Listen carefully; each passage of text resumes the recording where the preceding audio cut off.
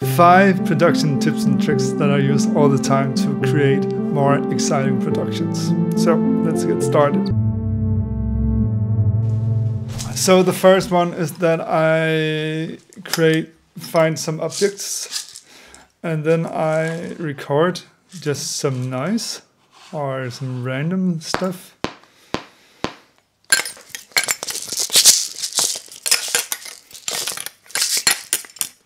And I can even talk.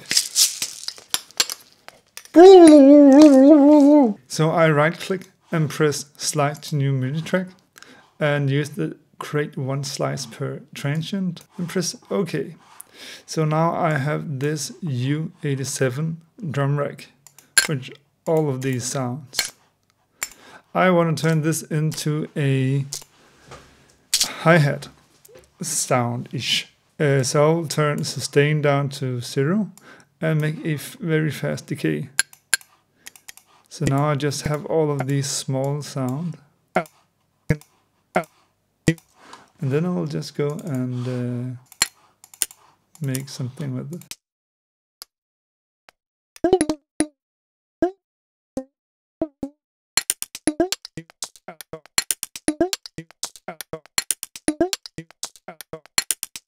And again, we can go back and adjust the decay. We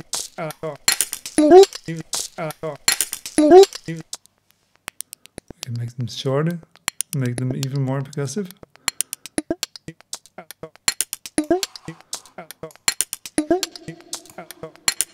I think this is just a cool way to create some energy.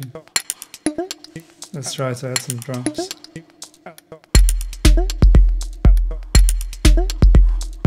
So slice to new MIDI track is just a really cool tool to use to like mess with audio tracks. I mostly use it for making hi-hats, but you can also play chords and then chop it into different chords that you can play. But this is the tool I love. The next trick is to use ghost percussion. And this is like a trick that you use with an expander. And let me show you how. This is how it sounds without. And it's very beautiful and it sounds like a piano, which isn't a bad thing. But now I add the ghost piano in 2 seconds. 1, 2, 3, 4.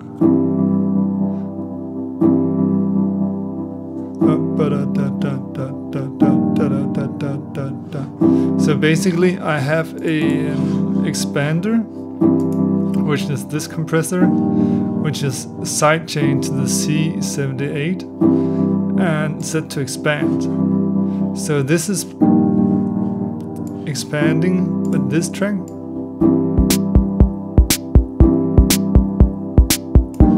So we can also change what this track is playing.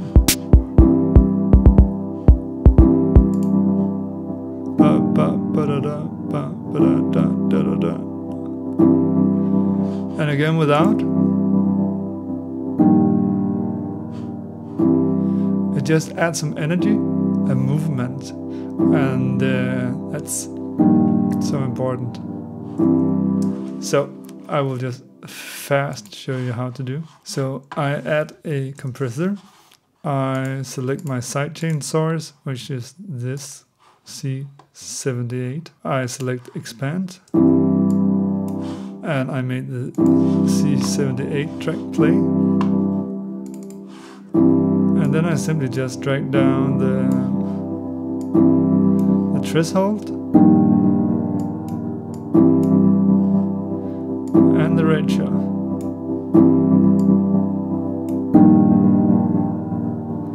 And if you want the effect to be more subtle or like, then you can have a longer release time with a shorter.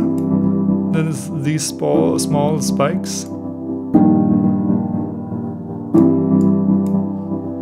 But I just think that it's a really cool way to like create energy. I also added it to the bass. And it sounds like this.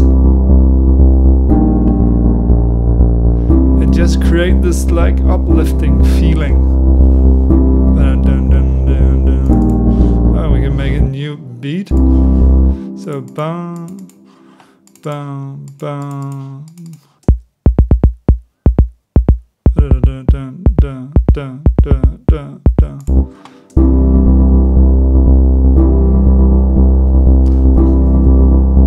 It's just a really cool way to form the waves and form movement and energy. And it's okay if you think I said energy and movement enough, but I will continue saying it for the rest of the video. If you want help to write more songs and find the motivation to get things done, then go and check out my creator sessions. It's a 5-hour Zoom session with up to 11 fellow artists and me as your supervisor. I will give you the tools to write and finish a song within the 5 hours, and so far it has been some really wonderful and inspiring sessions with so much new music and creativity. To sign up, go to ransby.biz/creator, and I hope to see you. The next trick is a mix trick, and that's quite simple, but it's just something that you need to be aware of. If you add drive, gain, saturation, call it what you want, to your bass, then you can hear it better in small speakers, like on your phone or in like your laptop speakers and so on. So the worst bass that you can't hear on small speakers are a sine wave bass. So let's try. So now we'll just gently turn up the drive. And this just adds all the upper harmonics, which makes it audible on small speakers. But you need to play around with this yourself. But in general, every time you have something low end, then consider adds saturation, drive, gain, or distortion. We can actually do the cool thing and just add like a low cut, which will represent a phone-ish. You can hear we just turn up how much we can hear.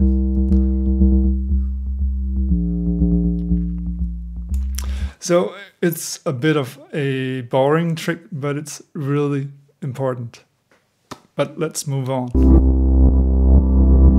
The next trick is to high cut your reverbs. So this is a bit of an extreme example. So the idea with high cutting is that we can add more reverb without it disturbing as much. Can I buy a boat, leave the crowd, be with you? For me, the vocal is just 10 times more present. You can burn 8,000. Burn the whole house down, biking up the hills. It just takes more attention. Would it be okay if you gave me all your answers? Maybe tomorrow. Maybe tomorrow. Why do I wait too early? Why do I never feel like going to sleep? A brain fart pushed me out of order. Now everything seems like work. So by adding a high cut around 2000 Hertz to your reverb, then you will just create more space for your vocal, aka less messy mix. And I think you should just try it out. And if you can't find the high cut option on your EQ, you can just create one by adding an EQ and just add a high cut. It's just as good, if not better. So the fifth and last tip for today is to use inversions to create top melody lines. So let's do it. I have a chord progression here, which sounds like this.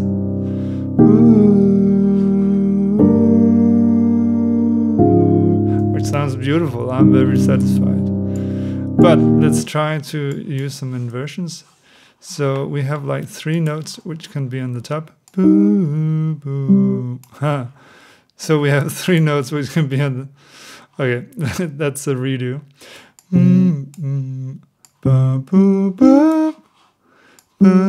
I thought that this would maybe be fun to have on the top.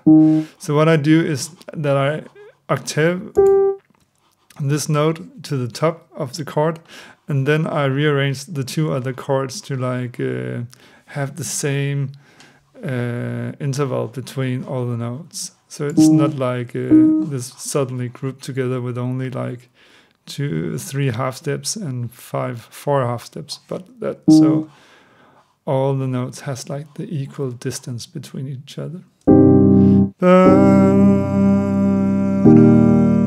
It sounds fine, but let's see what we can do.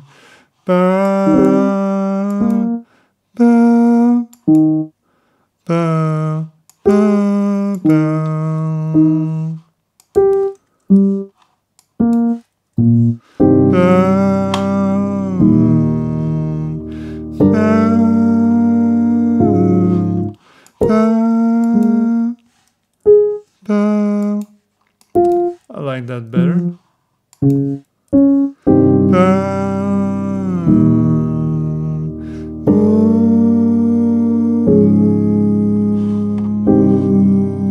And we can also duplicate all the chords and make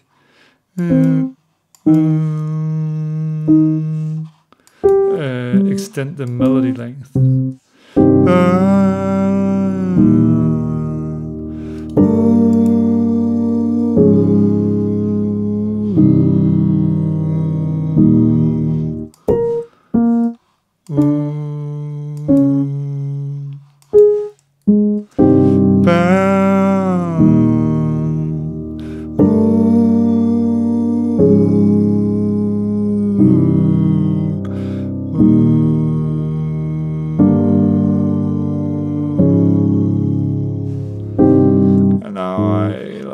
Got some of the notes too close, but I can remove some of them. But this is just a really cool way to create more melodies and just to enhance the melodies that kind of already are there. And melodies is the best thing in music.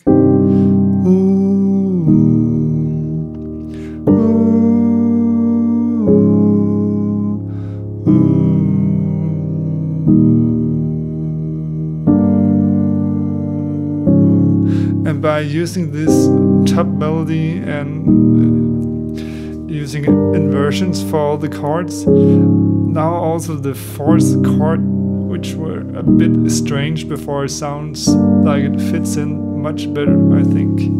Let's hear it without the inversions.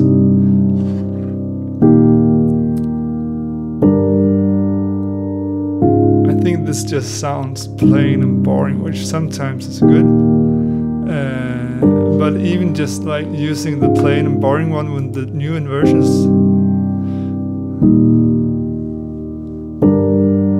it's just like